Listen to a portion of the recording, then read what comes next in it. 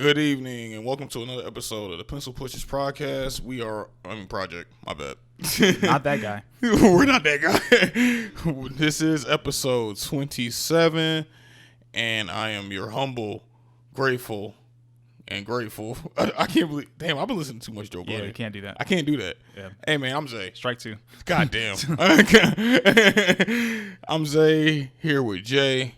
What's up, Jay? What's up, man? How you doing? My heart's pounding. I know. It's 36-39. I know.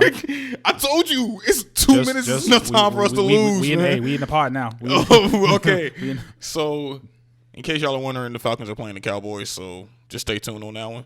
Anyway. This won't be a habit, we promise. Yeah, nah. It's just today. So, if this is your first time listening, please subscribe.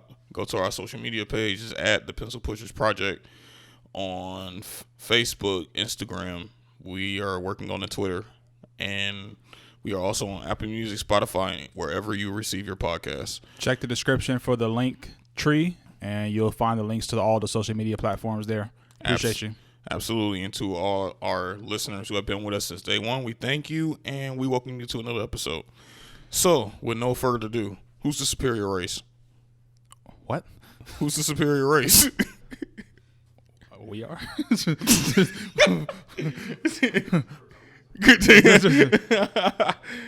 The human race. Oh, that was so safe. I know, that's that man took the same route. All right. How was your week, man? It was pretty good, man. I must say that I am pleasantly pleased with the weather change. We get into fall. Thank God. And it's a little cooler outside now. And I'm not complaining. I'm happy about it. They had a good week this week. And, no complaints here, man. How about yourself? It was good.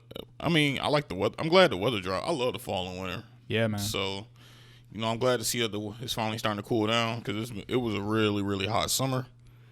So, it was a good week. What did I do? I saw Tenet again. But you were interrupted by a certain pre-order. Yeah, the PS5 pre-orders have started. In case y'all don't know, but apparently they stopped. So I guess if you didn't get it, USOL. Mm-hmm. I'm not too sure how that's working. Yeah, you'll have to wait, like the rest of us. Yeah, like the rest of you peasants. So did you the second viewing? Did it make anything clearer? I have a whole theory now. Well, we here now. What's up? It's a really long theory. I don't know if y'all are ready. Oh, my God. Yeah. Long story short, man. I think so. Spoiler alert. Spoiling it. Say you saw it, right? Our video got saw. We don't care. We going 3 weeks now, Doc. Yep, we don't care. We on 3 weeks. Your time is up, Doc. So we finna talk. I have a theory that. So you remember at the end of the movie, what was the guy's name? Neil. Neil said, "Hey, we've known each other for a very long time. We're best friends. You recruited me and all that, right?" Mm-hmm. So I have a theory that, because remember, the protagonist said, "Hey, I hired me, I recruited me," and then you find out that he's the one who started Tenet. I have a theory that Max, the lady who he was trying, the kid, the son is Neil. The son is Neil. Wait, did you have that theory too? I just said it way shorter than what you were. Oh, I was about. The son is. That's my theory. I think the son was Neil. I've heard that floating around. Maybe. I mean, it's possible. I personally, because of the different names, I kind of let it be. But I've heard that theory, and I'm not mad at it. I'm not mad at it. I think I can see it. I think the son was Neil. I thought it was interesting. I think I caught a lot more. I caught a lot more like I noticed that they were using certain key words throughout the movie that I didn't catch the first time. Mm-hmm. And I don't really remember those words, so I can't say them. Oh, well, I guess that point doesn't really matter. They got you again. Give us more money. I don't remember those words, but I did notice that certain scenes mean a lot more. meant a lot more the second time around. Yeah, than the first. I understood the red blues. that airplane scene for me, especially the second go around, the second time they went to the airport. It clicked the second time. The first time a couple parts I was kind of missed on, but and then the end scene. The end scene was crazy at first, like the final act. But the second time watching it, it was a lot more clear on what happened and how he switched that halfway point. So I know we started recording, but the Falcons just fumbled the ball. I told you, my nigga. I told you, bro. Hey, no, we not doing this. Kanye tweets, what's up, dude? It's 149. I know. I warned you. I told y'all I couldn't trust him. I warned you. I told y'all y'all needed to let me watch this game. I told you to put it away. I told you to put that away. Jesus Christ. My blood pressure's about to go up. All right, man. So close that browser out. Anyway. And all right, man. I won't lose my mind in this podcast. Well, they already just put it in your mind that they've already lost. What? Accept it. Accept it and move forward, brother. All right. So we're gonna start. Kanye West has been mighty active on Twitter as of late. In the past few days, he's been posting a lot of stuff, and I can't tell you everything because it's been a lot. It's ongoing even as we speak. But he's made mention as far as basically how the music business, their contract deals, or how their contracts, different ways of trying to simplify them. Telling certain people he's going to help them get their masters, except for Drake. But just kidding. That shit was funny. I think he still was like. Except for Drake. Like, when people, like, throw, like, shots at him and be like, LOL, they think that's supposed to, like, smooth it over. I think he was 50% serious or 50% not serious. There's always a little bit of truth and humor. Yeah. It's like, Drake, you a bitch. Haha, LOL. Just kidding. He probably still thinks that, but, Then he follows up with, oh, I love Drake, too, which to me is, like, further confirmation he was full of shit. But, so, yeah, man, a lot of, with Kanye, he says enough stuff. And a lot of it is I do agree with, and a lot of it is just like, what the fuck you talking about? But yeah, that's who he is, though. That's who he is. Yeah, that I don't know. That Puma tweet was great. Yeah, then he walked it back, but he shouldn't have walked it back. Well, yeah. But Adidas hit him up and said, "Yo, you need to chill out. Calm down." So yeah, man. I can't make too much of the tweets, like I said, because it's just ongoing. He's been tweeting since what? Just started last Monday. Yeah. It's been going on for like a week. So it's been a lot of pushback on it. What do you think of Hit Boy? His Instagram post. In case I don't want to read the whole post, so I'll just get to the gist. Well, Hit Boy, I do remember he basically made a comment regarding Kanye not letting him work on stuff because he was working with Beyonce. Yeah, and he said that's when he stopped becoming a fan, a person on a human level.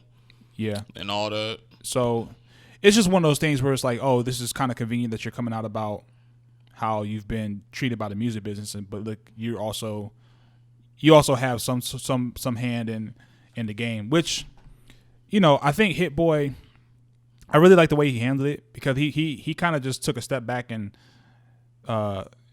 just took it as a lesson in just how he moves and how he operates. And obviously we've been talking about him in the past few weeks, and just it seems like he's booked and busy, and he's definitely not having that issue as far as like getting placements and getting work, and he's definitely not getting blacklisted, if you will, as far as like, yo, you can't work with this person and that person.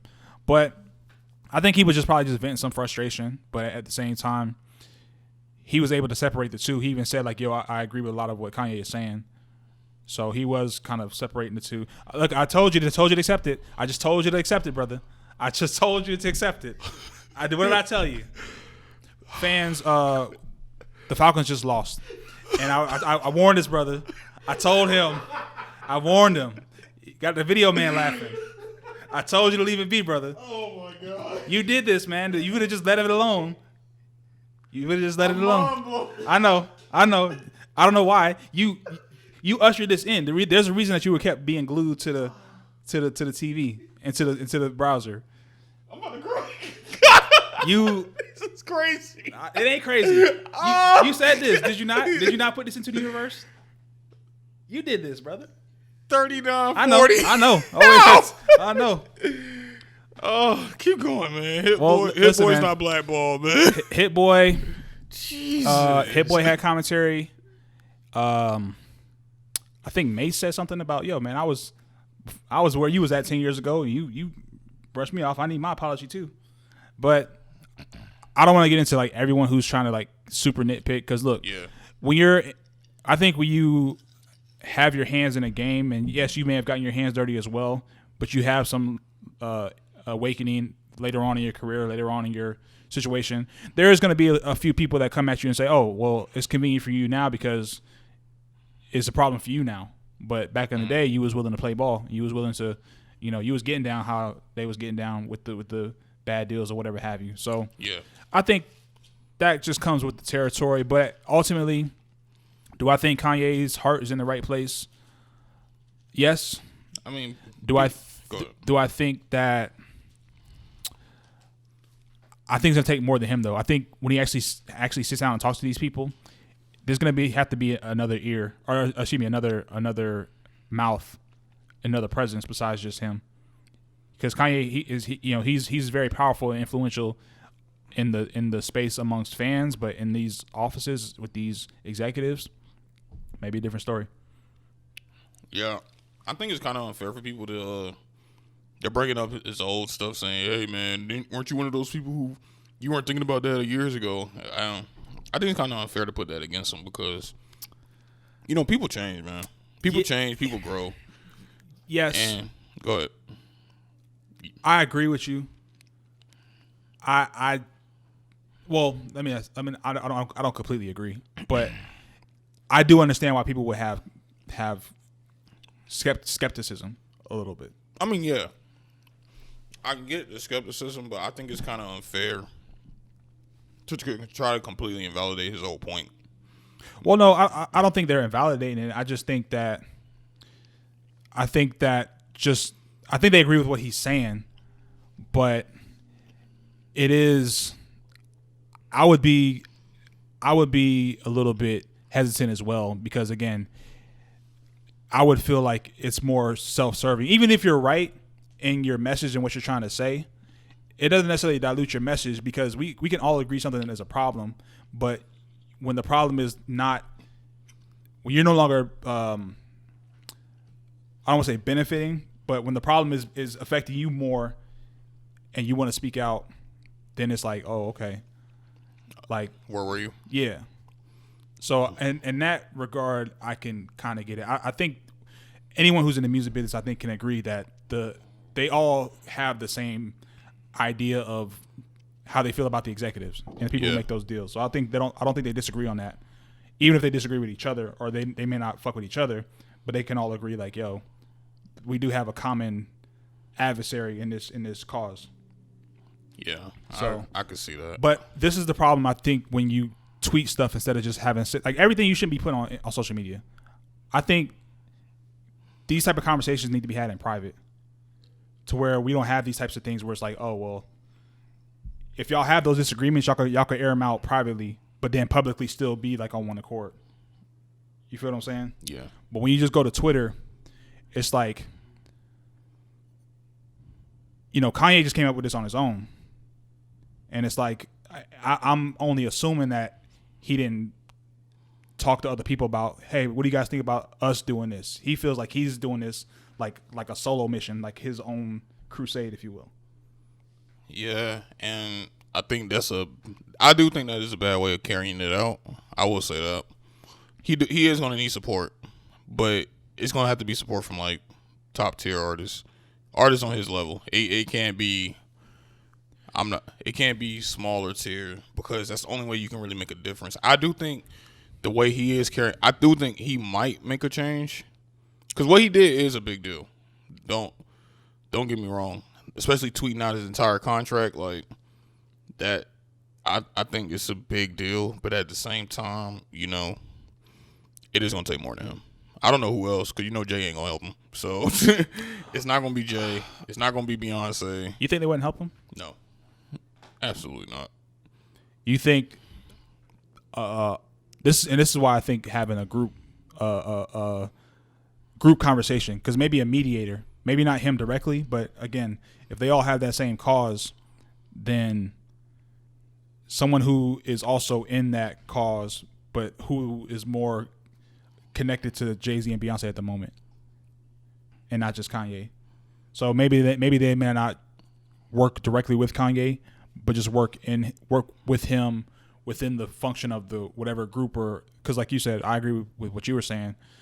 Is this isn't like a one-man crusade thing? Like you're gonna need a large group of a high tier artist group to be involved in this. So when he did say about sitting down with Kendrick, Drake, Cole, I think that's a good idea. I just think I think that could have been something that could have been just. He could have texted them. Just reach out, yeah. Like you know somebody that knows them, if nothing else. For sure. And Twitter, especially with things of this magnitude, I don't think Twitter is like the best place you hash that out, because then you get all these other these extra voices and opinions. Everyone does not need to be in the room for that conversation. Right. So, but when you put it on Twitter, you basically bring everybody into the room for that conversation. But I think his logic behind it was once I tweet this, it's gonna put the music labels on notice. Maybe that was his point. He's just like, yeah, I'm gonna put it out so that way y'all have to respond. You're not saying they have to, because they really could. Once he pissed on his Grammy, it was kind of like, you know, they could respond or not respond. It didn't matter at that point. But it didn't. By the way, what do you think about him? Whatever, we'll get to that. So I think I got his point, but he definitely could have carried it out better. He could have tweeted them. I think he would have been better off just saying like little subliminal shit, maybe. Well, you know, Kanye, he's not. But he's not subliminal. Yeah. at all. Yeah, I mean, the motherfucker types in caps, so that's he not quiet about nothing. People don't talk about the fact that he types in all caps enough. All caps. He's not quiet about nothing. That's just if he feels something in his heart, he's gonna speak out on it and speak it loud. And to me, it's a catch-22, man, because like I said, I feel like regardless of whatever people feel about other things he's talked about and this whole thing about him running for president and this whole thing, the MAGA stuff, look, that's fine. But in this space of the music business, where our people are the primary creators of the music, but we are probably the lower beneficiaries of the business. You know what I mean? So those worlds have to meet. They have to merge. Like, I think right now, especially now, you can no longer just be an artist. You can no longer, I just want to rap. I just want to sing. Now you got to at least be in the know about contracts. And I think one of the good things I did like that he brought forth, contracts should not be 100 pages long, bro. I agree with that. And no contract should be like 100 pages. Like, I feel like music business is technical, but it ain't that goddamn technical. But I think it's purposely done that way. Oh yeah. Because, and that's why it's so funny when people say they should just talk to a lawyer. You put 100 fucking pages of word salad on a contract in front of anyone. Litigation, that's all that means is there's a shitload of gray area that we can argue in court. Yeah. So it's like, look, man, it's just better. One of the things that I think does need to happen is, again, simplify contracts. Simplify contracts. Basically, it shouldn't be something that is left up for interpretation. It should be concrete. And, you know, I think there were a few. I don't have all the tweets, like I said, because he has a ton of them. There's but a lot of them. There were a few things that he was talking about, again, that I do agree with. Anything that's dealing with like the artists owning their stuff, owning their masters, owning their publishing, anything like that, I'm 100% for. So, yeah, man, I like I said, I think this is gonna be a thing to see that for the next, I don't know, couple weeks, see what happens. And like you said, if the pressure is being applied to these labels, another voice is gonna have to come out. if Kanye's the only one that's speaking out in this fashion, then I don't know how much of an impact, even as influential as Kanye is, I don't know how much of an impact he can make without another voice of one of his peers on it in his corner, or at least if not in his corner, but basically saying the same thing from a different space. Like, I may not rock with Kanye, but what he's saying, I'm on board with. If that means that we are collaborating for this effort together, then that's what it means. Which is kind of what Hit Boy did. Hit Boy said, did you think Hit Boy had to tell the story about Beyonce though? I don't think he needed to say that, but I never think you do, man. I think when your ultimate point is that you agree with what he's saying, I think some of the little smaller things, you can fight those fights another day. I think there's certain fights you could fight another day. Kanye may not have been the best to you when you was working with Good back in that time frame, but that discussion can be had a different day. But if you agree with his overall premise about how I think he said he had like over 400 something placements. Yeah, he said he did over 400 songs with top tier artists, and he got Grammys and all that. So if you're basically, regardless of what happened with Kanye, if y'all are meeting at the same point, then just stick with that point. I think it's almost like with a contract. The more you say that doesn't have to do with your ultimate point, the more distractive conversations come about. Because now we're talking about how Kanye did him when he was with Good. Yeah, because he spent the first 2 paragraphs of his post saying, "Yo, Kanye did me dirty." Yeah, and then towards the end, he's like, "But I agree with him." And I'm just like, just say that. So that it does make it hard. It makes it hard to for people to stay focused, and the overall point should be the priority. And what happens is the slightest deterrent or basically a derivative from the conversation that isn't speaking about the main issue, that's what gets focused on. And that's classic, like, hook, line, and sinker. It's like we have a common enemy with the executives, but the second an artist gives an opening to make it artist against artist thing, that's what they're going to do. That's what these blogs are going to do. That's what these tabloids are going to do. You know what I'm saying? That's why it was such a big thing when Charlamagne spoke about Joe Budden shit. Because, like, yo, we have an enemy here. And the second Charlamagne spoke out, then it became Joe Budden versus Charlamagne. You feel what I'm saying? Yeah. So it's like those types of conversations, when you have those thoughts, you have to just be mindful of when the right time to say it and what to say, and not to divulge everything at a time.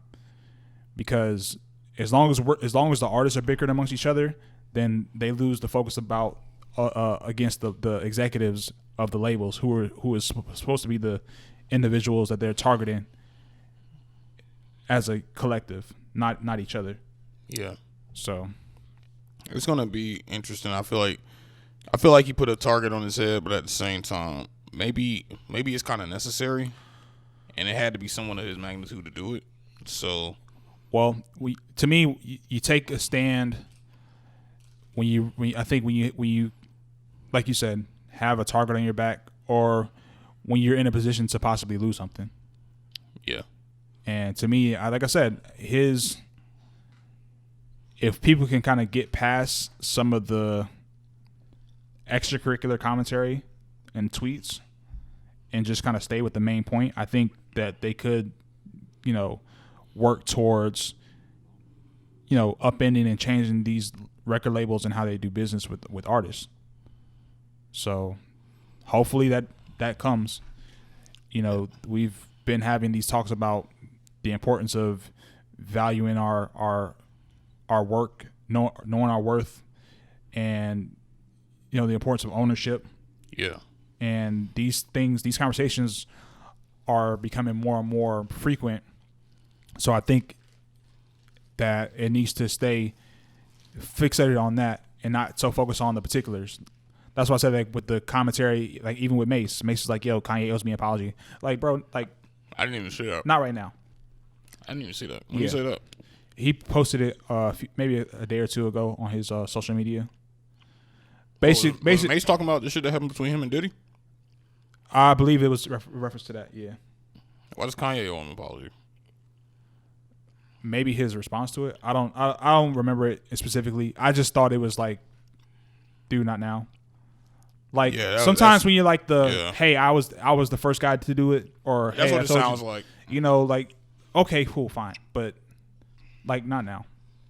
But yeah, man. So that's all I got for the tweets, and like I said, if there's more stuff comes, we'll discuss it, talk about it. It's gonna be an interesting week. But you know he's not done. No, I think like I said, I think he'll be continuing to tweet, and we'll see. Yeah, we'll see where that goes. Might as well just dive into this. I didn't listen to anything this week, so. Well, I won't be long. Then. It's all you. Well, it'll be just briefly. So I listened to a few projects. I listened to the Armani Caesar, the Liz. So Armani Caesar is a artist with Griselda. She is the female rapper of the group. She came out with a short project. It was only like 11 songs, and I'll keep it short, man. The production is really good. You know, it's very much on brand with the Griselda sound. You know, grimy drum loops, a few trap songs, but nothing too crazy. I don't know how long she's been rapping, and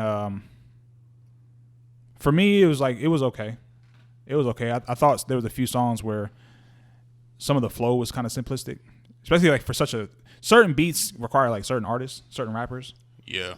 And I was just like listening to her like flow like on I think the first actual song is Countdown. Okay. And that fucking beat is it was good. That beat is fucking crazy, man. I think I texted you about that too, man. I was like, man, Conway would have He would have ate it. He would have buried that bitch. But she did all right. You know, and like I said, I feel like for me, some of the more up-tempo songs where she can kind of flow faster, I think it kind of fit her better. And those are the songs I kind of like the most. Let me find the track list here. I'm trying to go through. Before, while you keep going, did you look at the XXL freestyles, ciphers? No, sir. Oh my God, you didn't look at them? You told me they were trash. They were, but I wanted you to look at them. Why would I do that? You needed to. So I need to see it. Oh. Yes. Oh man. What? No, I didn't. Sorry, sir. I like Mulatto. Mulatto and Jack Harlow they were good. The Mulatto one, I think, is the only one I did see. Did she have like a bar in there about Fabio? And yeah, I did. Yeah, I watched. I liked Mulatto's. She came with the. Yo, you need to look at Little Keys, man. And I'll pull that up. What's the other chick? Chica. Yeah, Chica was good. Yeah, hers was. Yeah. I didn't want to sidetrack you, but I actually looked at. That's actually something I wanted to talk about. I was hoping you looked at them. Oh, well, you can talk about them. I'm definitely going to show you Little Keys before. So yeah, man. Let me see some of my songs on here that I thought were really good. Drillorama with Benny's is pretty good. Palm Angels I like. Like I said, the beats on here, just about every beat I like. Ginger Rothstein I like, and the Monty Moves freestyle I like. But it's 11 songs, short project. It's pretty good. I would probably, if I was to rate it, probably like a 6.5. Just like I said, my only issue was there were certain songs where her flow was just not really. I don't know if she. Let me not say I don't know if she, but just for me, hearing it, I was just like, man, it could have. If she'd have flowed a little better on some of these, it would have been like really good songs. But let's see what else. Moneybag Yo and Block Youngster, Code Red. I'll keep that short. I listen to that in the gym, and if you need a album for working out, that's the one. It did the job. It Great, did the job. Listening. I'm gonna listen to it. Yeah. So, to be honest, I'm gonna be completely real. I didn't keep track of the songs because I was in the midst of just working out. But so he ain't got no favorite. No, I think there's a song with Yo Gotti that I liked on there.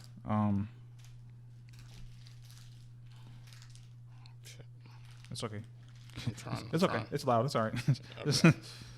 I was trying not to do that. Yeah. New Chain with Yo Gotti. I like that song. It's pretty good.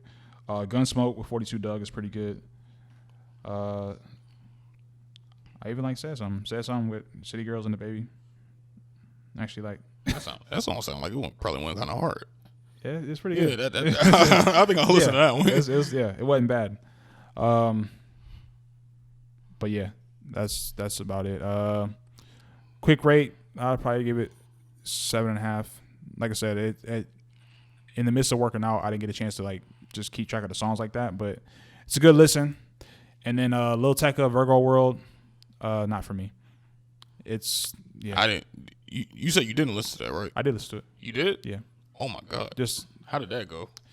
Not for me.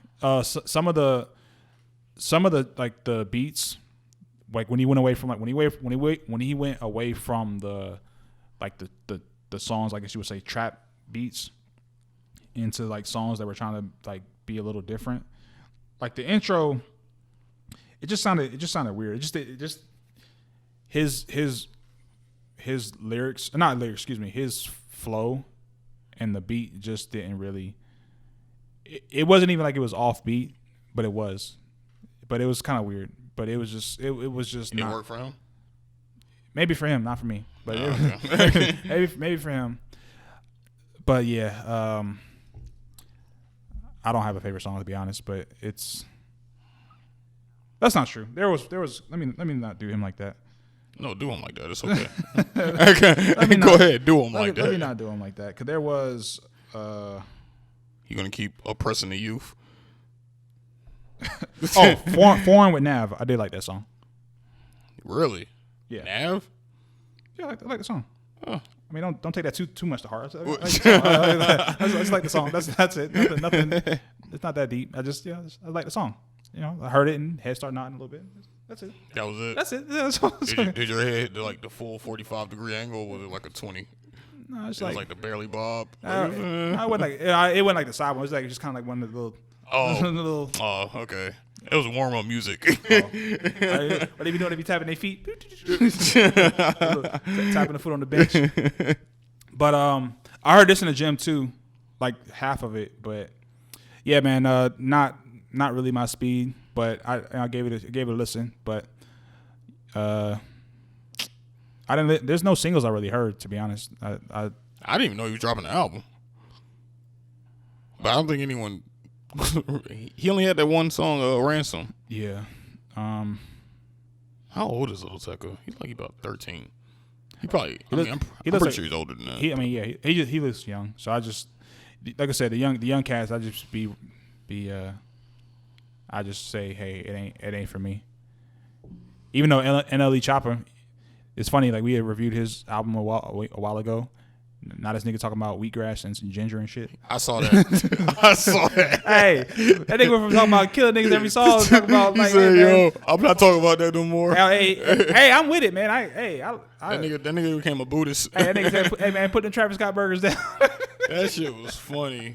Oh man, yeah. That man hit a complete 180 out of nowhere. Yeah, man. He's like, hey man, you know what's funny? I guarantee you he's been feeling like that for a while. You know, and he just wait until he got to the top and was like, okay, like, I made it. Even like the part of the verse that I heard, he was just saying like, "Mom, I feel like I'm changing." Like he was basically just saying like he feels like his energy is. I think he just realizes that like when you think you're just rapping about shit, like rapping about like just shooting and killing and shit like that.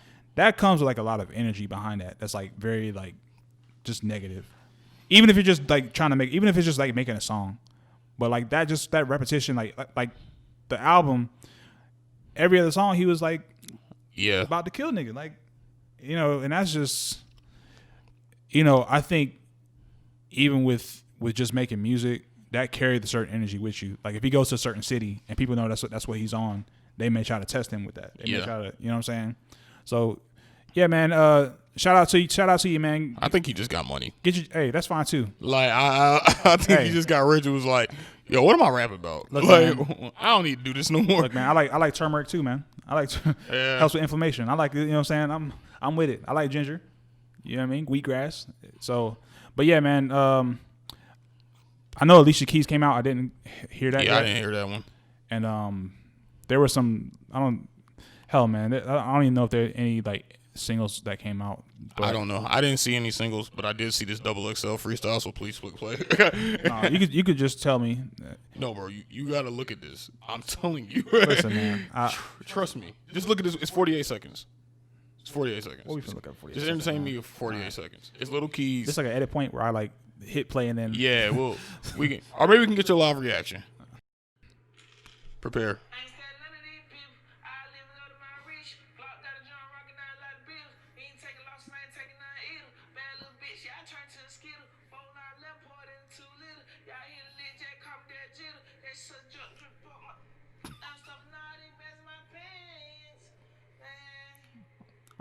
On top of my foot.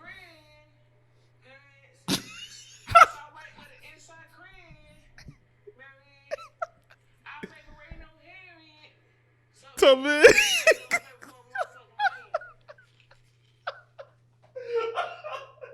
Why they had the camera going up on this thing? Like he was really he was really cooking. That man said, like he was. when he go on like Grand Paris. Come on, man. This is the reasons that. Yo, that was great. This is why the Falcons lose with 2 minutes left. I know, right? Come on, man. No, that man said, I make it rain on Harriet Tubman. What's wrong with niggas, man? Oh my god, that was funny. You see, I try to give these young boys a shot, man, and this is the type of shit they become. All right, you're not gonna look at it anymore. I just. Oh no, trust me. But you should look at Jack Harlow. If you don't look at any, you should look at Jack Harlow's and Baby Keem shit was weird. This nigga was in a hoodie. That was weird. What you mean? Oh no. Baby Keem's was weird. Baby Keem did not. He said I don't want to do the cipher. But he ended up doing a one-man cipher when he was on the wall with a hood on. And you could barely understand what he was saying. It was stupid.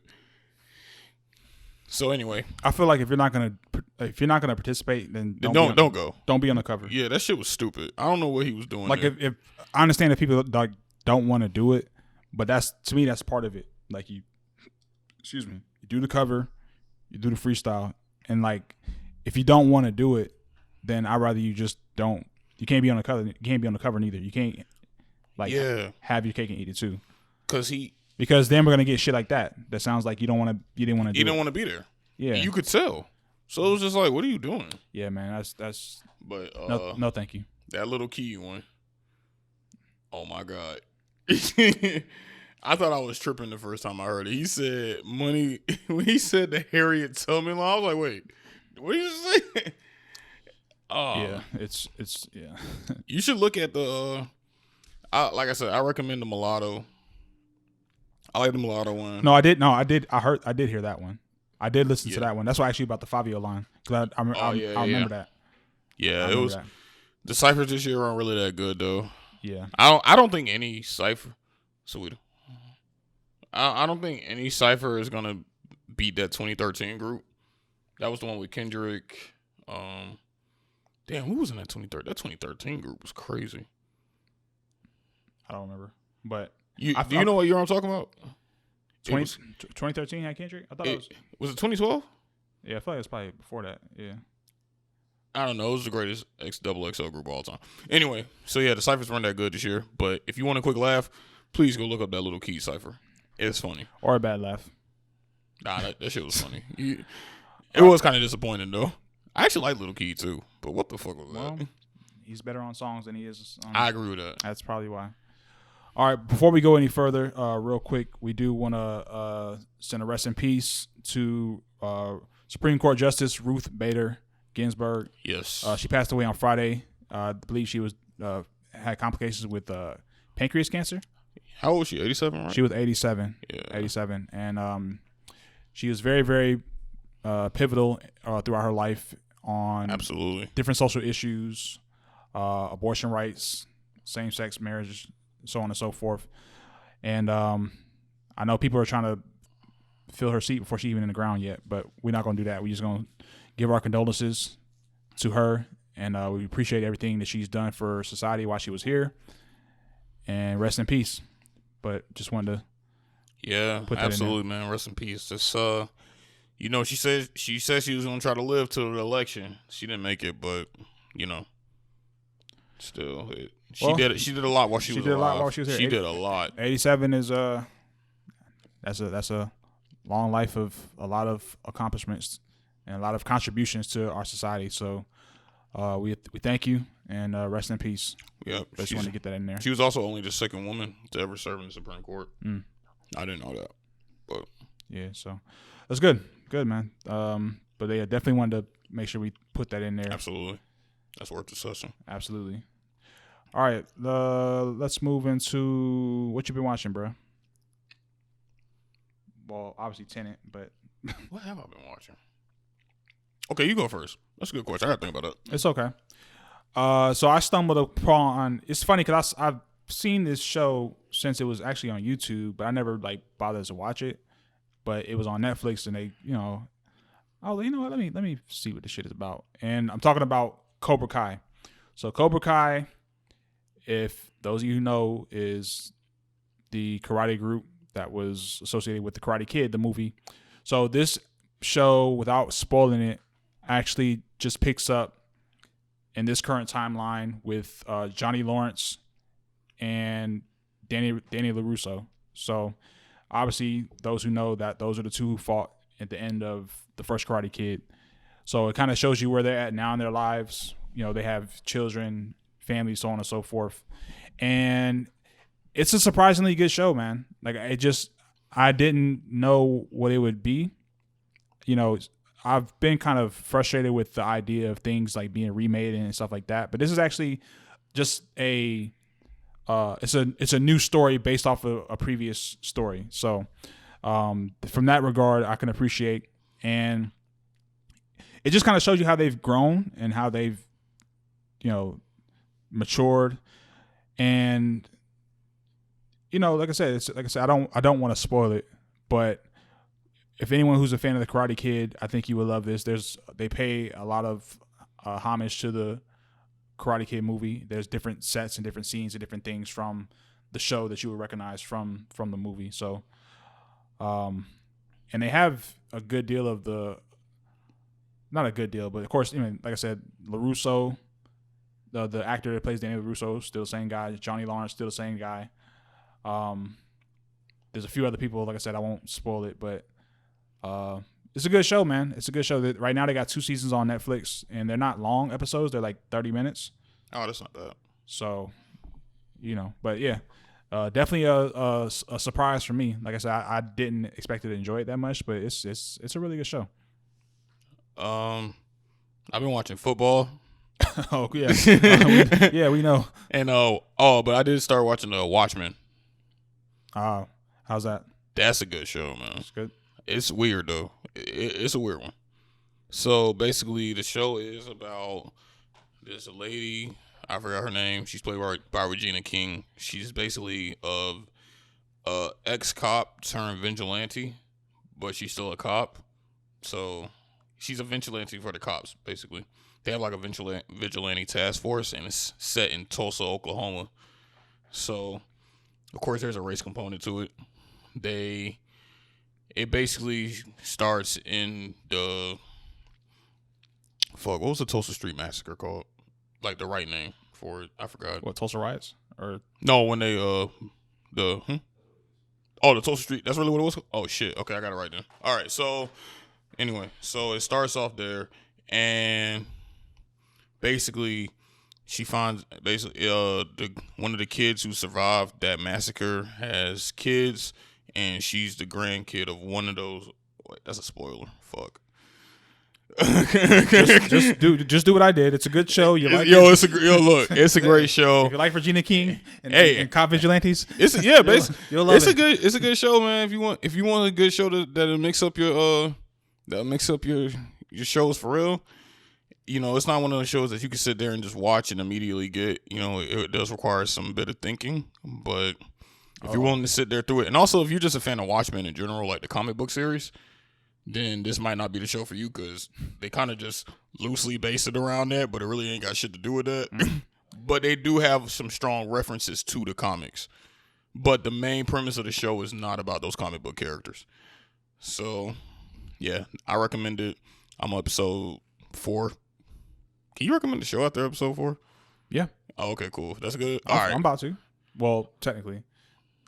Speaking of comic book characters and parodies, if you will, The Boys, season 5, they've gone to Season 2, episode 5. Episode 5. Season 2, they've gone to doing weekly releases, which has been pissing a lot of people off. What's funny is Amazon Prime did like a video of like Homelander looking at the 1-star reviews of people shit on the show, and he's getting mad. It's funny how I did that. It's funny, but and about that, people are so fucking entitled and spoiled, man. Mm-hmm. They're leaving 1-star reviews because they decided to release episodes weekly. Like, come the fuck on, man. Like, that's funny. I remember we had to talk about when The Last of Us 2 came out. I said, fanboys are the worst, man. Bro, it's just fans are the worst. You gotta be shitting me, man. Like, they released 3 episodes on the 4th, and then every Friday since then they've released a single episode. Yeah. And I'm like, oh, 1 episode a week. What's the big fucking deal? Like, come on, man. Like, it's I just don't understand why people, like, I get it. Not to the point of like, I gotta leave a review. Like, let me tell you about this. This is an outrage. Like, niggas is really mad about like a once a week shit. So how many episodes are in a season? I feel like the first one had 8, if I'm not mistaken. So this one may have 8, 9 to 10. I don't know. If it's on brand with the first season, it's gonna be 8. At this current point, without spoiling it, it seems to focus more this season. It seems to focus more on like the 7, like the which is the 7 is the group of superheroes. Okay. So there's a falling out from certain information that has been exposed to the public, and it kind of just shows how they're dealing with it individually, collectively, so on and so forth. So that's where the show's at right now. Once again, the actor that plays Homelander, killing that shit. That's what I always hear. Yeah, I always hear be smoking it. Yeah, so he's like, I mean, he's kind of like a douchebag Superman, but like I like him. Fuck Superman. But his character is going through. His character right now is kind of going through like a kind of being like the old horse, and he's trying to keep up with certain things that are going on in the current climate. And so it's his character right now is going through some stuff which is really interesting. But right now I'm still enjoying it. Like I said, episode 5 is pretty good. And I feel like if it's on par to have 3 more episodes, I think the last 3 are gonna start picking up kind of quickly. Because they're still kind of, honestly, what I will say is I'm not really sure what the ultimate goal is for like the 7, outside of like killing the boys, but like just they have the dude, like I told you, they have the guy that plays that played Gus Fring on Breaking Bad. Yeah, he's kind of taken over as like he's like kind of like the I don't want to say the leader of the 7, but he's like associated with Vault, which is the company. So he's kind of like he took the place of one of the characters from previous season. So just things that are still unfolding and not just some uncertainty, but I'm still locked in, and like I said, I'm pretty cool with it so far. Well, here's something we both talked about. The devil all the time. Oh yeah, you didn't make it that far. Oh yeah, I'm gonna finish it. And I know you say you really didn't rock with it. Yeah, it's a very average movie. It has very good, a very great cast. Robert Pattinson smoked it. He smoked that movie. He's the only reason why I even really like that movie. I'm gonna be honest. But it did what you wanted. It was like, how you expect J.R. Smith to be an average player. That was, it was consistently average. Oh man, it was a consistently average movie. Like nothing blew me away, but nothing made me mad or made me feel like I wasted my time. It was just, it played on my TV. Like you watched the movie and you was like, okay, well, movie's over. Yeah, that's kind of the feeling I got. Like, I think you should watch it because I'm curious. I'm gonna watch it. I'm gonna finish it. Let me say that I've gotten to a certain point without spoiling it. I've gotten to a certain point, and I'm gonna watch it. But I do feel that like I said, I'm excited to see what Robert Pattinson does in the future. If anything, that was one thing I did take away from that movie is that I'm curious to see what other roles he'll take. It was nice to see Tom Holland in a different role too. So Tom Holland actually did pretty good. Yeah, something more serious. Yeah. I like that. I did think it was kind of weird that they got a bunch of British actors to play a bunch of country ass white people, but that's what they doing, man. That's neither here nor there. That's here and there. That's all. Every movie, every it's movie I watch, British actors now. Every movie, it's crazy. When I be watching movies, even like going back to The Boys, the TV show. Carl Urban, he's from New Zealand. So is Homelander, the actor that plays Homelander. Really? Yeah. I was like, son of a bitch. You too. I think Queen Maeve, she's from Ireland. The lady plays Queen Maeve. And I'm like, damn, are any of y'all niggas like American? But, it's always funny to see how that stuff unfolds. And especially with black actors. They'd be like, dang, you from British too, man? You too? Like when I first watched Snowfall, which by the way, Snowfall, waiting on that season, man. If you haven't watched Snowfall, you should start watching it. I haven't watched Snowfall. But the main dude who plays the main character, Damson Idris is his name. He's British too? Yes. What? Yeah. Yes. Are you serious? Yes. Wow. And watching that, they must be taking pay cuts. Something must be going on. They doing something over there. Well, from what I've read, I guess how they go about like when they do acting, they kind of go through different ranges, like theater experience and different experiences with like theatrical stuff. Mm-hmm.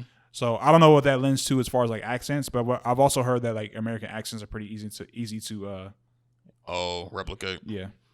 From this goes from Hugh Jackman to who plays Loki, Tom Hiddleston, Tom Holland, of course. Idris, even though sometimes I hear Idris crack a little bit, but yeah, like when he gets angry with the role, yeah, or with the line, I can kind of hear it.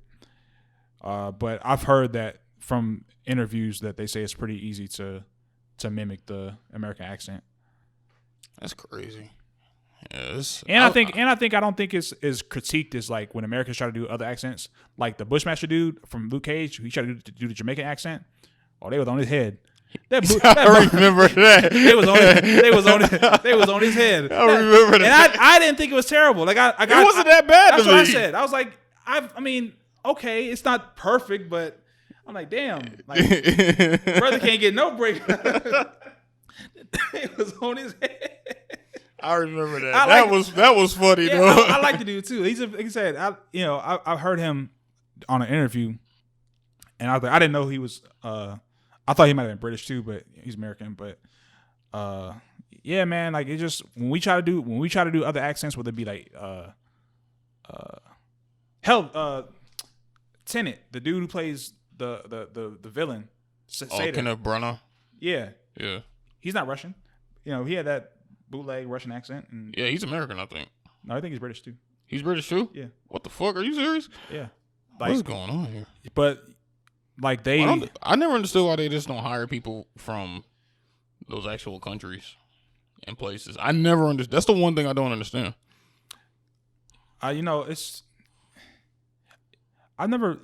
Samuel Jackson, I don't know how deep he got into that, but there was something he made as far as a comment about like British actors getting roles with like American accents. And I forget what his position on was it. Or I can't talk. I forget what his position on it was. But that's something that I've noticed for a while too. Like I said, when I watch shows and if I'm not familiar with the actor, I'm almost like the first thing I'm like, damn, is he British? Yeah, I be thinking the same thing though. You feel what I'm saying? So it's like, I don't know. Maybe American actors ain't that. Maybe we suck. Listen, man. I got a few that I like. Most of them be kind of overhyped, but I got a few that I like. Sterling K. Brown, I like. I think he's a really good actor. DiCaprio's American, right? Leonardo, yeah. Thank God. Yo, I saw that scene. But I saw that scene. It's funny you say that. I was watching that scene in Django. When he found out the niggas was finessing him. Bruh, DiCaprio's the GOAT. I've been telling people that for years. Hey, when he found out niggas was finessing him, I was like, oh Bro, my I God. can't think. I'm sorry, man. Listen, ever since I saw What's Eating Gilbert Grape, I thought, yo, this motherfucker's retarded. Bro, that dude had glass in his hand. Oh yeah. Like real shit glass in his hand and smushed it on Kerry Washington. Bro. Oh, they said, well, that's not entirely true. But he did hurt his hand. Yeah. They stopped filming and they used fake blood for that. Oh, that takes away from it. Yeah, sorry. Because if it was his actual bullet. I think that part of it does. I mean, I don't know. You don't have to worry about it on my face. I don't give a fuck who you are. Like, but him banging his hand and sticking that scene. And still in the scene. I fucks with that. I respect that. Like, but no, don't wipe blood on my face. I'll kill you. Bro, it's acting. No, not with you. Don't wipe your blood on my face. I told people DiCaprio the GOAT, but whatever. But yeah, I digress. So of course they gave him it for Revenant, even though he should have got that shit a while ago though. Yeah, they snubbed that man. I never understood why they snubbed him for so long. That made me change the way I feel about award shows, because it's like he got like I know it's politics involved in that. Yeah, but it's just like, come on, bro. I know people got mad about him not getting the one in Django, but people tend to forget he wasn't the what was the guy's name? Christoph Waltz was actually the what's the character? Supporting actor. Yeah, he was actually the supporting actor for that movie. So, but in Leonardo DiCaprio's like 15 minutes in that movie, he killed that shit. He killed that That's why shit. he should have won it. Like you had like almost like the smallest screen time, and you have like the most memorable. You have arguably the most memorable role in the movie. That's true. To me, that's why he should have won it. He could have got it off of Wolf of Wall Street. Yeah. He got a couple movies he could have won that shit off of, and they just snubbed him. Yeah, man. Until that nigga getting mauled by a bear. For them just to be like, all right, I guess we'll give it to him. What he slept inside of a horse carcass? Yo, if he didn't win an Oscar off of that shit. Oh, yeah, I'd have burned that bitch down. Imagine that. Imagine sleeping inside a fucking horse. What if he pees on his Oscar? He should. He's the only person that can piss on his award, and nobody will be mad about it. Yeah, I should have been had one of these. I should have got this shit 20 years ago. I should have been had this. But yeah, man. I never really thought about. Well, I thought about it, but I don't know. Maybe that's part of the fight of like just Hollywood and getting opportunities in certain spaces. And sometimes I feel like they just have like the same type of group of people. Like even that movie we were talking about, Devil All the Time. It's like actors I've seen, like Tom Holland, Sebastian Stan, Robert Pattinson, Billy. I can't pronounce his last name, but I know you're talking. Some of these, like you see, some of these artists are actors who are kind of circulating in certain films. It's like, damn, we have like, especially with black actors.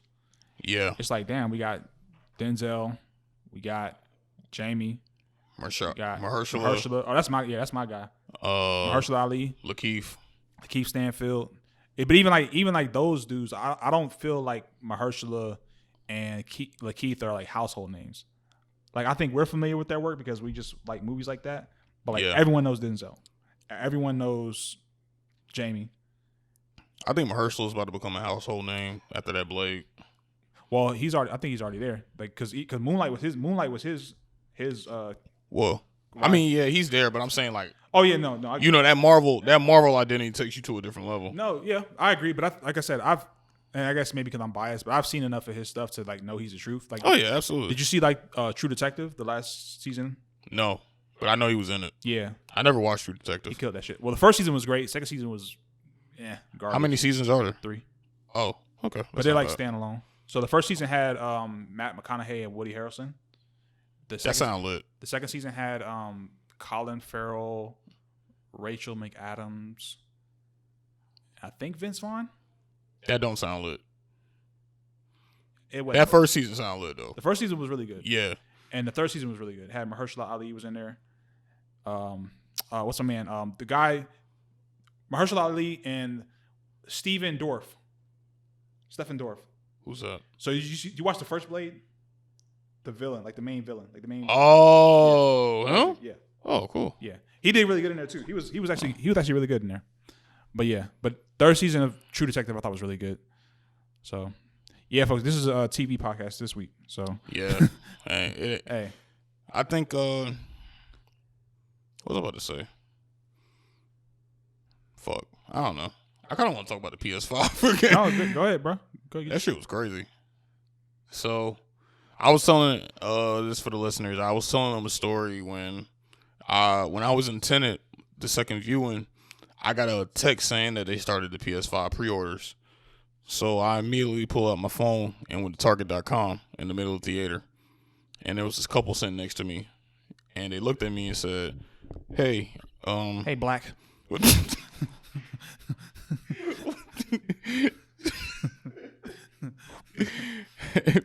Excuse me, young man. Excuse me, brother. Are you? They were like, do you have to be on your phone right now? And I said, yes. I said they started PS5 pre-orders, and they said, oh, so does that mean you got to do it now? I said, yes. And then I got back on my phone, and that was it. And they just mean mug me the rest of the film, which is okay. I didn't care. What do you?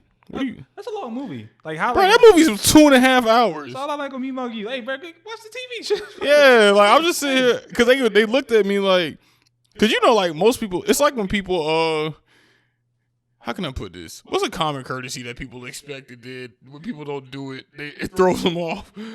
Like if you're driving, I guess like if you're driving a car and you need to get over into the other lane, so you roll your window down and you say, "Yo, can I do that?" Most people just be like, "Yeah," and then one guy's just like, "Nah."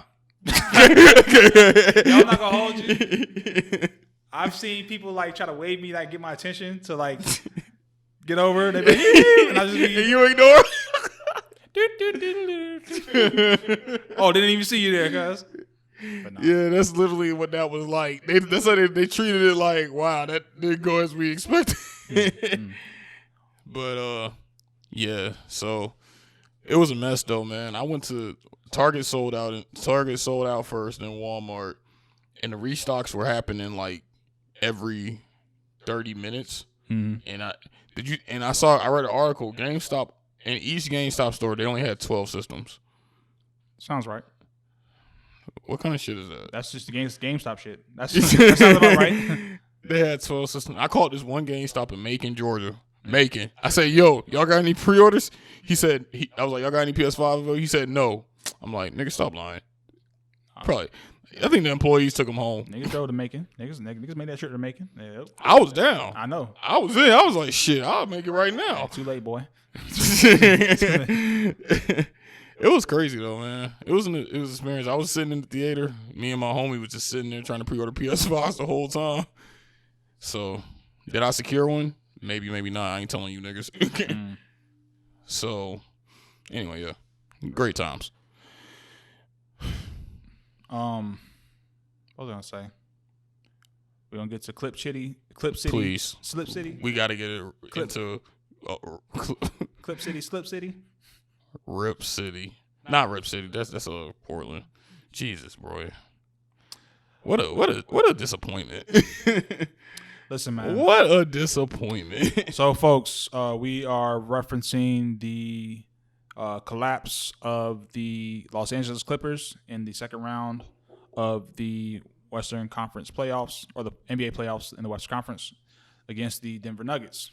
So after taking a commanding 3-1 lead, they proceeded to lose the next 3 games, with the fourth game being ran out the gym. It wasn't like they got like a buzzer beater. Like the niggas got ran off the court. Yeah. And the game was over by like the fourth quarter. Like, no lie. Even though the score might not have said it, but like I could just tell like this game is over. It was embarrassing, man. So you almost not seen playoff P. That nigga just became a meme. It's just, you know, man, I don't know. Well, I know what it is. It's performance anxiety. He's allowed that. Like, I think he's got to just shed that out of his brain. Instead of trying to prove to people that he can produce, just play, man. As long as he's trying to like have like, because now if you're going to war with Twitter, that's you're gonna lose that.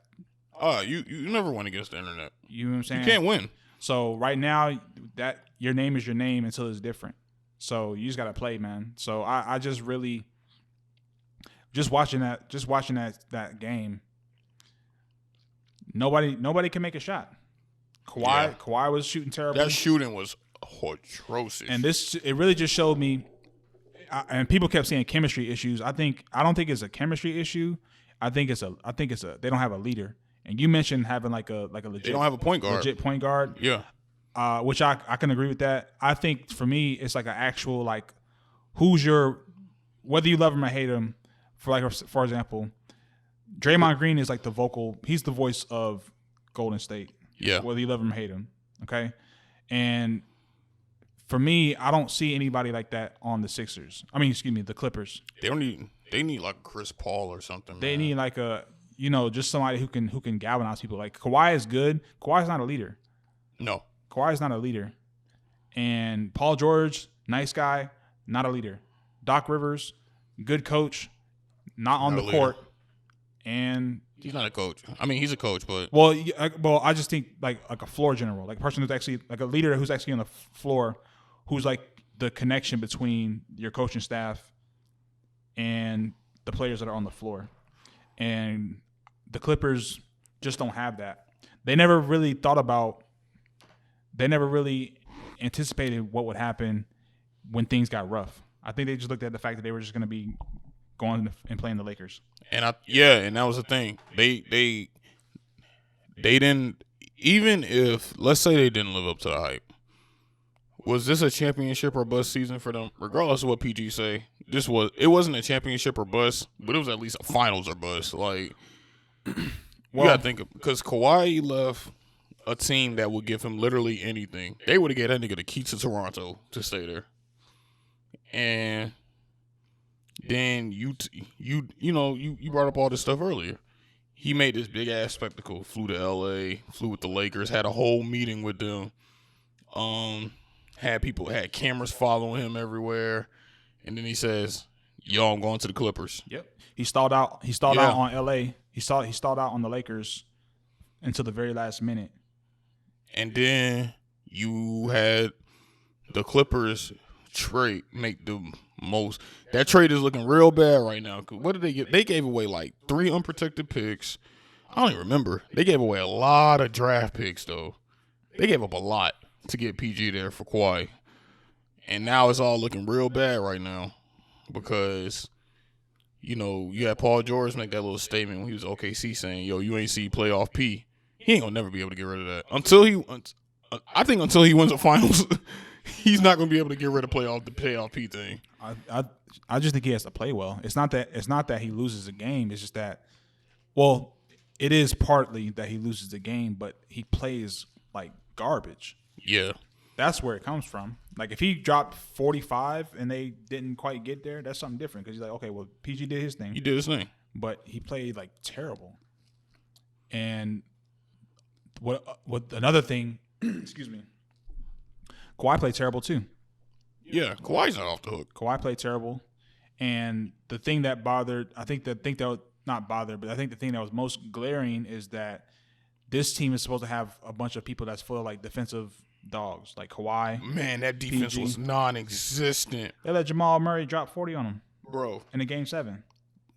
Bro, I don't think Kawhi doesn't deserve the title as the Claw anymore. I'm sorry. Not that bullshit I saw. Not that Jamal Murray cooked him. Like that nigga ain't the Claw no more. He's like a paw. So he's the paw. He. This is just, to me, the moves that they made should have secured at least a conference finals appearance. Yeah, I agree. And the circumstances of which they lost also matters as well. Had this been a back and forth series where game 1 goes to Clippers, game 2 goes to Nuggets, and it's back and forth, mm-hmm. Then it's a little different. You lost 3 games in a row. We look at the last game. Up 1-3. Yeah, we look at the last game because that's the last game. But you lost 3 games in a row, and in the 4th game, or excuse me, the game 7, you run out of the gym. Yeah, it wasn't that y'all. And if I'm not mistaken, it was a 2-point game at halftime. Mm-hmm. They were only down by 2. So that means that those last 2 quarters just packed it in. Jokic was baking out a little bit too, but that's, Jokic started baking after game 3. Yeah. Jokic started cooking their ass. Hey, he said, "Yeah, I got your sorry ass white boy. Heard you talking about my dog Luka. Heard you talking about my dog Luka. Yeah, I got something for you, boy." So, He had a triple double like by the third quarter. Mm-hmm. So, for me, what I make of this is, I think it hurts. I think it hurts the Clippers organization the most. Individual players right now, for Kawhi, he does take a hit as a top player in the league. Absolutely. What I do think is a safety net for him is that he has the Finals MVP. He has multiple championships. He has multiple Finals MVPs. Yeah. So he already has things on his resume, and I do think if he does bring 1 or 2 titles with the Clippers as a Clipper, I think he can make up some ground for this moment. But if it doesn't happen, then this is going to be a huge stain. This is going to be looked at as the biggest disappointment in NBA history. I guarantee it. It's going to be one of the biggest. It's going to be like a top 3. Easily top 3. Yeah. And I think that, for Paul George, to me, this is kind of another stain on his resume as a postseason player. He's just not the same guy. And oh man, that side of the backboard shit. Oh my god, that was insane. In his own words, that was a bad shot. I saw that. I was like, what did I just see? Did this man just hit the side of the backboard? I would have loved to see the Denver bench when that happened.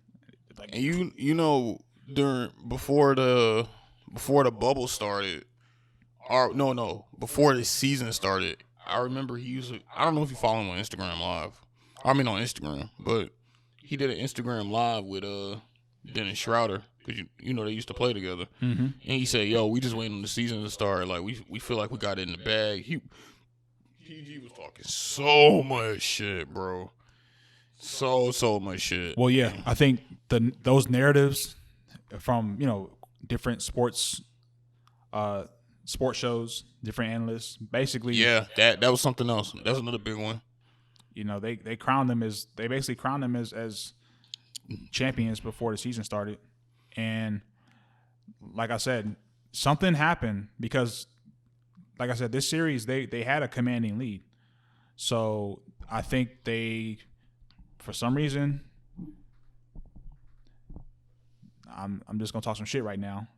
They knew that if they won that next game, they was going to see Bron in them, and they just folded. They didn't want that smoke. They didn't want that smoke. Bron was coming with a vengeance. Yeah, man. He was coming. Yeah, so they thought about it. It's like, you talk shit, and it's like, yo, my nigga, when I see you, it's gonna be, you know what I'm saying? And then they were like, oh shit, we about to see him. Let's go ahead and lose 3 games. Let's lose these next 3. Oh shit, we about to see him. So, I'm just talking some shit, but I do think what this has done is it's kind of taken Kawhi down a peg in his own locker room. So like when he went to load manage and shit like that, now the niggas gonna look at him a little bit differently. Like, yo, nigga, I'm hurt too. Get up. Basically, man. So now that load management, they play like they weren't conditioned at all. That's how they looked. It was just like, and I think that, to me, that's a bigger part of it too, because that does kind of lend to the chemistry argument. Part of it is like, these guys don't look in peak condition, and yeah, it's like I said, man. I almost was like, I just knew that the refs were gonna like even try to give them the game, and they didn't, which they didn't.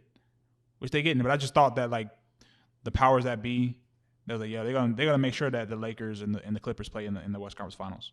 Right. So I just was like, well, it's gonna be 8-5, and that's gonna be that. But when I just kept seeing the score, when I saw like in the middle of the third quarter when Denver started pulling away, I was like, oh shit, these niggas is tapped out. So yeah, I don't know. I don't think I've ever seen a collapse like this, man. Not in the NBA at least. Well, I think in this context, no. Like I've seen. Yeah, like with the storylines attached to it. Yeah, I mean, I've seen the Warriors. They lost the 3-1, but they had already won, so that hit a little differently. Yeah. And then they came back and won like 2 years after that anyway. So it kind of like it didn't matter. Washed that away. So that's why I said like with the Clippers, they can get some of that stench off of them if they eventually do win a championship. But like next year. But yeah, they got to win next year. So like even I believe they haven't even been to a conference final before. No, so they couldn't even break like their own team record. They're the longest team in sports, just sports in general history, who has never been to a single conference finals. Right, and that's why I think it's part of that too. Is like, if they lose in the finals or the conference finals, that's one thing. But like, you can't even say that, with this team we assemble one of the best teams we've had in our franchise history, we couldn't even make franchise history. Yeah, and that says something. I don't know if we hold people in a certain regard. Doc Rivers, about the Kawhi. This is the Rock. This is Doc's. This isn't the first time he's lost 3-1. But how long has he been in LA? He's been with the Clippers for some time now. It's been a while. He was there when the Lob City era, and that's a situation as well where loaded talent couldn't produce. Yeah, like you couldn't be Golden State. You couldn't be Golden State one of them years. That's what I mean.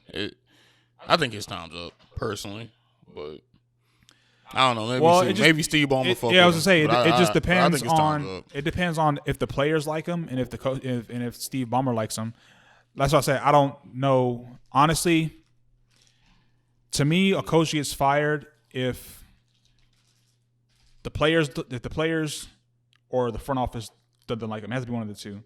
From what I see, they all like Doc.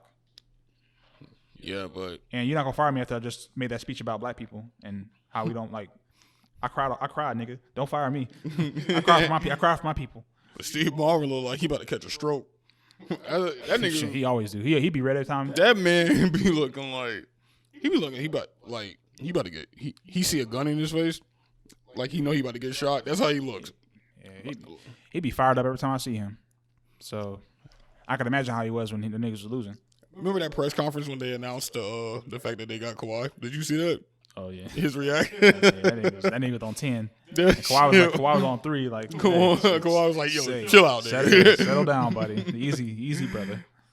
So, but yeah, man, it's right now, I think the Lakers, and we can kind of move forward into like the teams that are still left. I think the Lakers and the Heat are going to be in the finals.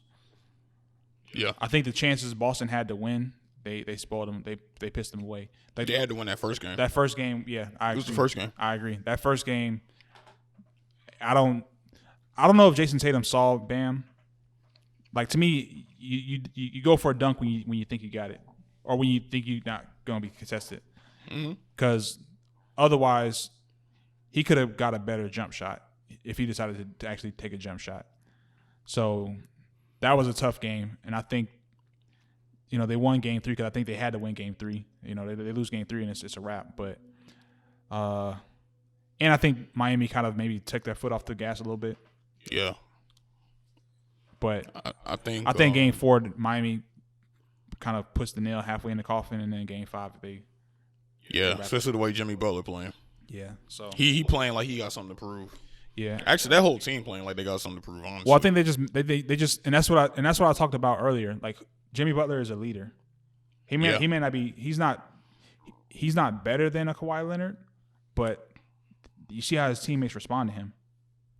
You see how his teammates they kind of, some of them emulate his same type of intensity. I like Bam Abayo. I can't pronounce his last name, but even like him to a degree, like he seems chill, but there's times when he turns it on too. Like even with that even with that block in the first game, damn near broke his wrist, but it was a very key moment.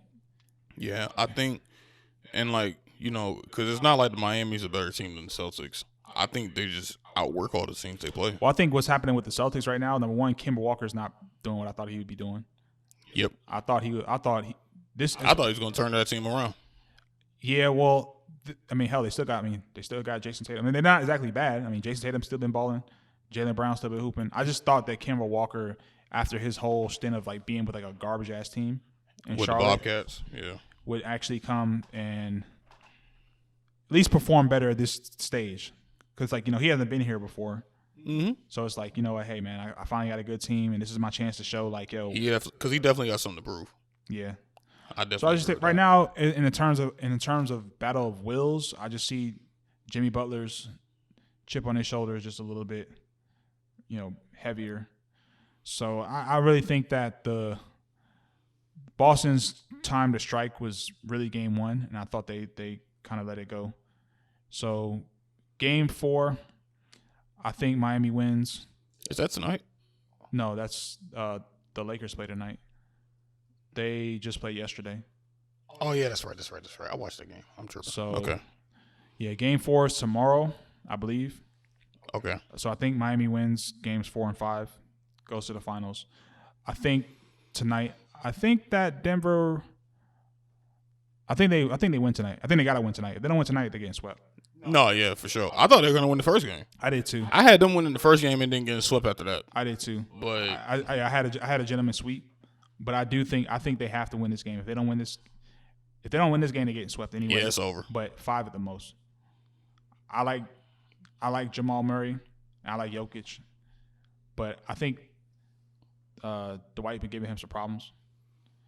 Yeah, so, that's because you can tell Dwight feels like he got something to prove. That's how Dwight's playing right now. Well, it's one of those things where it's like he's a good I don't want to say kryptonite, but he gives Jokic some problems. Yeah, and not to mention people tend to put disrespect on Dwight's name. Well, people forget what Dwight was. His career is a fascinating situation because 10 years is a long time ago, but 10 years ago he was that guy. He was top 5 player in the league. Yeah. Superstar. 3-time defensive player of the year. And I lived in Orlando at that time. And what I will say is the other people on the other players, Turkoglu, Rashard Lewis, Jameer Nelson, can't play no fucking defense. Yeah. You want to talk about Dwight Howard? Dwight Howard atoned for like the sins of all these niggas. I agree like with that. It's understated. Like those, like people think like, oh, I see somebody with a post, oh, anybody can get defensive player of the year. Rudy Gobert got it twice.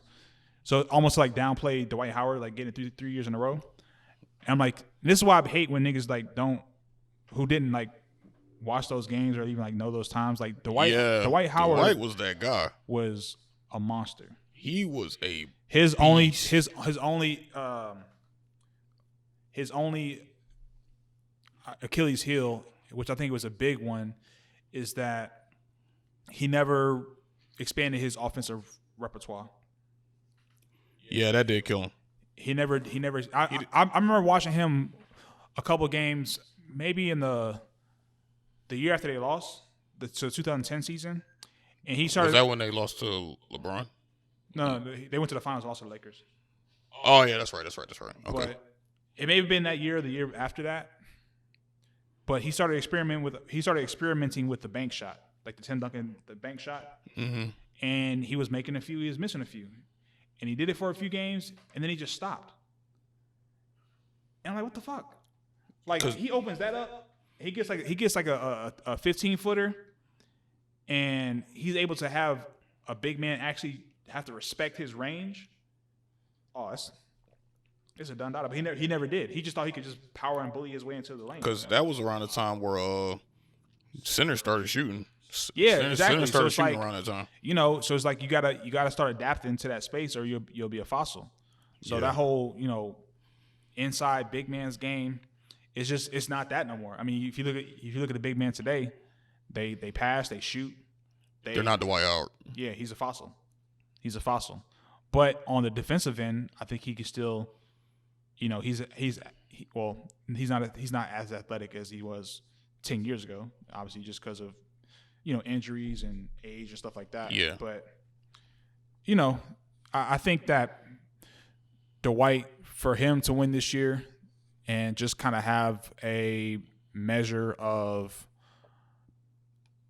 of redemption in terms of his career, where he may not have maintained his status as a top player in the league, but just to kind of find his way back into the league, and because you remember when DeMarcus Cousins got hurt, and the Lakers kind of put him on like a short leash. Yeah, it's like, hey man, if you're gonna be here, man, you can't be none of the bullshit, none of that nonsense. We just need you here. We need you focused. And you kind of saw, like, at least from what I saw, he started locking in, like, just mentally. I've always thought his mentality has been his greatest weakness. Who, Dwight? Yeah, just knowing when to be fun and have fun, and knowing when to be serious. Yeah, I think something that really showed that was when he was playing with Kobe. Yeah, I mean, because if you didn't, it'd be one thing if you and Kobe just didn't mesh on a personal level, which is what it seemed like, and they tend to transcend on the court. But also, that was around the time where Dwight started getting really cocky, because that's why he got traded in the first place, was his cockiness. Not saying he didn't deserve it, because he was carrying them niggas, don't get me wrong, but you gotta know the balance. He had no balance back then, and I think that's one thing that I think as he got older, he started realizing, people are making jokes. People are acting like they didn't remember who I was. And then he came to LA. Now you got LeBron. You got the team, and he's playing like that's how he's playing. I think that's why he's like you said, he's the kryptonite to Jokic, because he's playing like, I'm overdue in the ring, because I think he is overdue in the ring. He should have been at one, but not saying it was due to anything, bad trades and all that. Yeah, I think that there were some wasted years he had in Houston. Yeah, absolutely. I just didn't understand the Houston situation, because I'm like, this nigga ain't never gonna see the ball. Yeah, Houston. He never Houston wasn't his fault. Yeah, I can't get on that Houston, but Orlando had a championship caliber team. They did. They honestly did. They did, and I think that they could have continued to compete if certain things would have been different. I really thought that Stan Van Gundy was a good coach for him. Oh, Stan Van Gundy was a great coach. He didn't like him though. He pretty much ran him up out of there. Like I just can tell, and like I said, I think Dwight at the time, young player, and young people, especially when they first come in the league, they're used to everyone telling them that they shit don't stink. Yeah. And now you got a coach that's telling you, no, that shit do kind of stink a little bit. Like, you got to fix this, and that. You got to fix that. And the first time of hearing, like, critique and criticism, that, and it's funny because you talked about Kobe. Kobe is the type of person where he's going to demand that type of excellence. And even hearing Dwight talk about Kobe, this is before he passed, but just talking about Kobe, he was like, you know what? At the time, I didn't like it, but now where I'm at now, like, I appreciated that type of, hard-nosed mentality. So, and I think a lot of players don't really understand the difference between, being pushed and being, like, I don't want to say disrespected, but just kind of like letting their egos get in the way. You feel what I'm saying? Mm-hmm. So, but yeah, Dwight Howard, shout out to you. That's the only shot you're getting until you win a ring, baby.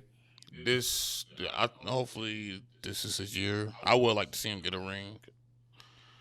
Yeah, and I'm cool. Honestly, though, I am cool with seeing the Nuggets go as well. But I would like to see Dwight get this ring. So, and LeBron. Does this season, let me say that, people have been talking and there's been different conversations. Does the champion this year, is there an asterisk with their championship? Why would there be? Because people feel like, oh, it's not a real season, it's the bubble, it's blah, blah, blah. Oh. No, I don't think so. I agree. I if anything, I think because this is taking away the spectacle. You got to actually just play now. To me, it's like every team is going through this. Like, the whole thing with the bubble was the NBA trying to make lemonade out of lemons. Like, nobody was prepared for COVID. Exactly. Like, we all have to deal with that shit. So I can't blame a team or a player. Like everyone suffered. We all suffered the same shit. Exactly. So it's like it's equal, man. So that's why I don't understand why people are trying to downplay it. I mean, I guess because they say, they feel like if you got fans in there, it adds to the intimidation. There's no home court advantage. That's government mandate. They ain't got nothing. But players can't control that. Here's the thing. Now there's no advantage. There's no advantage either way. So now it's just who's the better team, period. To me, man, it's just like, they still got to put the ball in the hoop. You still got to play. And circumstances are not ideal for anybody. So it's like, And like I said, I feel like it just brings the focus back to basketball, if that makes sense. Yeah, I mean, he's just hooping. You're just hooping at this point. Yeah, this is y'all are players. Y'all are players playing other players. There's no fans. There's no saying what's up to your little celebrity friends. It's y'all are trying to beat each other. So if anything, I think it makes the season kind of harder, if you ask me. But that's just me. Yeah. I don't agree with the whole asterisk thing. I think that's some bullshit. I think they're trying to. But people always try to kill LeBron. So yeah, that's what I'm saying. Yeah. So what's new? If the Heat win, then it's like, oh, it's legit. But if LeBron win, it's gonna be like, oh, he didn't really earn it. Yeah. Oh yeah, I ain't with that shit. I don't think LeBron with that shit either. He don't care. Yeah, man. So that's my opinion on it. What you don't? So you don't think so either? Or no, I agree. No, I agree. Oh. No, like I said, for the same reasons. Like I said, I just don't think that you penalize a particular team for playing in a situation where we all had to try to figure out something. Exactly. Because they could have just been like, fuck the season, but because they're trying to help the fan base and all this other shit, they decided to continue it, or their pockets, whatever the case is, they decided to continue the season. So, if you're playing, then, if you're playing, you're playing. You get in the ring, you get in the ring. It's in the books. It's in the record books. It's not their fault that fans can't come to the games. So, nah. So, I mean, people just be hating, man. Yeah, man. That's all it is. Yeah, but that's it. That's all I wanted to ask. All right. Shit. Got anything else? No, not really. I mean, me neither. Need some more. I'm kind of hungry. I know you need to sulk for a little bit. Huh? So I know you need to sulk. Bro, I need to go cry. Listen, man. Bro, I told y'all before we started this podcast, I said 2 minutes is just enough time for us to lose. So 2 minutes was all it took. Do you think you spoke that into existence? What? you spoke that? Had you not have said that, would they have won? I think if I would have watched the game, they would have won. I'm the good luck charm. No, you're not. You just you just said it. 2 minutes just enough time for them to lose. Man, I don't know what happened. I'm kind of scared to look at these highlights. So I know I'm gonna lose my fucking mind. They're gonna kill us. They're gonna kill us on fucking First Take. They're gonna kill us on Undisputed. Twitter's gonna kill us. Twitter, you already know Twitter probably gonna kill us all night. Who finna get fired? Who finna get fired on week 2? Bro, Dan Quinn should have got fired a year ago. I don't think he should have got fired. I don't blame him for the Super Bowl loss, so I let that one go. Nah, bro. To this day, I blame what's the fucking 49ers head coach? The coordinator. Yeah, he was offense coordinator. Yeah, I blame him to this day. So, well, I think it goes. It's hand in. I mean, you could blame. It's hand in hand. I mean, that's still. But I mainly blame him. So I forgot his name. And I already told you, Dirk Carter was already. I don't know why we hired Dirk Carter. Shanahan. Mike Shanahan. Yeah. That's why he went and fucking lost in the Super Bowl last year. Nah, Pat Mahomes on their head, boy. Patty M, half a billion boy. But nah, man, like. I already said Dirk Carter was a mistake. Cause we hired Dirk Carter the day after. I think it was like a week after. Who did he coach? Who was he? I think after he got fired from the Bears. I was just like, why did we hire him? What made us hire him? I knew that was because we didn't give Sarkisian enough time. Sarkisian was actually turning that offense around. Yeah, go ahead and get something to eat, bro. I'm mad, man. Go ahead and get something to eat, I can't believe I just. All right, ladies and gentlemen, this is gonna be it for today's episode. Once again, we thank you all for tuning in. If you check out the description in the respective viewing space, YouTube, Spotify, wherever you're watching or listening. In the description, you'll find a link to our link tree where you can find us on all other social media outlets and DSPs. Anything else today, brother? Fire Dan Quinn. Fire Dirk Carter. There you have it. Fire everybody. Hire me. And rise up. I can't believe it. I know. All right, folks. That's it. Everyone who's listening, everyone have a great week this week. It's fall, so bundle up a little bit. Leave them fucking Uggs in the closet. Not yet. Bro, I saw a girl Not wearing yet. some Uggs last week. Not yet. It was like 80 degrees. I'm Not like, yet. what you doing? Wait. What you doing? Wait. Please wait. Boy, you know the girls are waiting Please to pull wait. out those fucking Uggs. I know y'all ain't been outside in a minute, but don't rush it. Just wait. Boy. All right. That's all I got. That's funny that you brought that up, actually. I seen it. We didn't make that a I subject. just seen it. We don't talk about girls who wear Uggs in the summer enough. Yeah. All right. Peace.